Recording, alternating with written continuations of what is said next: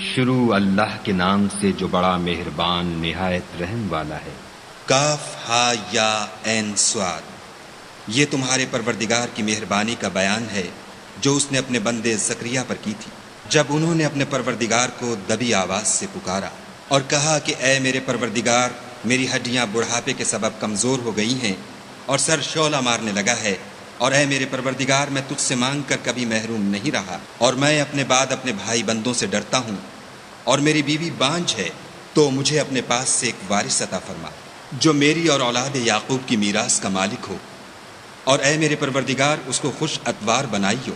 اے زکریا، ہم تم کو ایک لڑکے کی بشارت دیتے ہیں جس کا نام یحییٰ ہے، اس سے پہلے ہم نے اس نام کا کوئی شخص پیدا نہیں کیا۔ انہوں نے کہا، پروردگار، میرے ہاں کس طرح لڑکا ہوگا جس حال میں میری بیوی بانجھ ہے اور میں بڑھاپے کی انتہا کو پہنچ گیا ہوں؟ حکم ہوا کہ اسی طرح ہوگا۔ تمہارے پروردگار نے فرمایا ہے کہ مجھے یہ آسان ہے، اور میں پہلے تم کو بھی تو پیدا کر چکا ہوں اور تم کچھ چیز نہ تھے۔ کہا کہ پروردگار میرے لیے کوئی نشانی مقرر فرما۔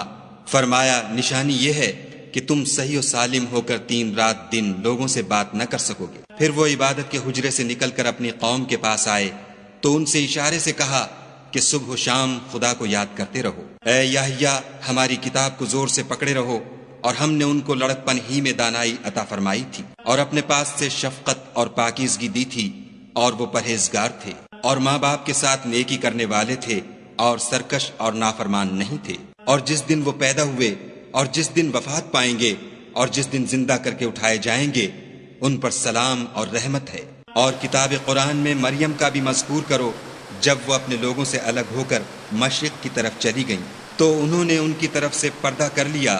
اس وقت ہم نے ان کی طرف اپنا فرشتہ بھیجا تو وہ ان کے سامنے ٹھیک آدمی کی شکل بن گیا۔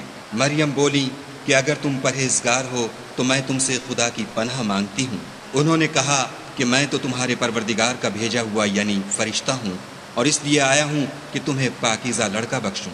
مریم نے کہا کہ میرے ہاں لڑکا کیوں کر ہوگا، مجھے کسی بشر نے چھوا تک نہیں، اور میں بدکار بھی نہیں ہوں۔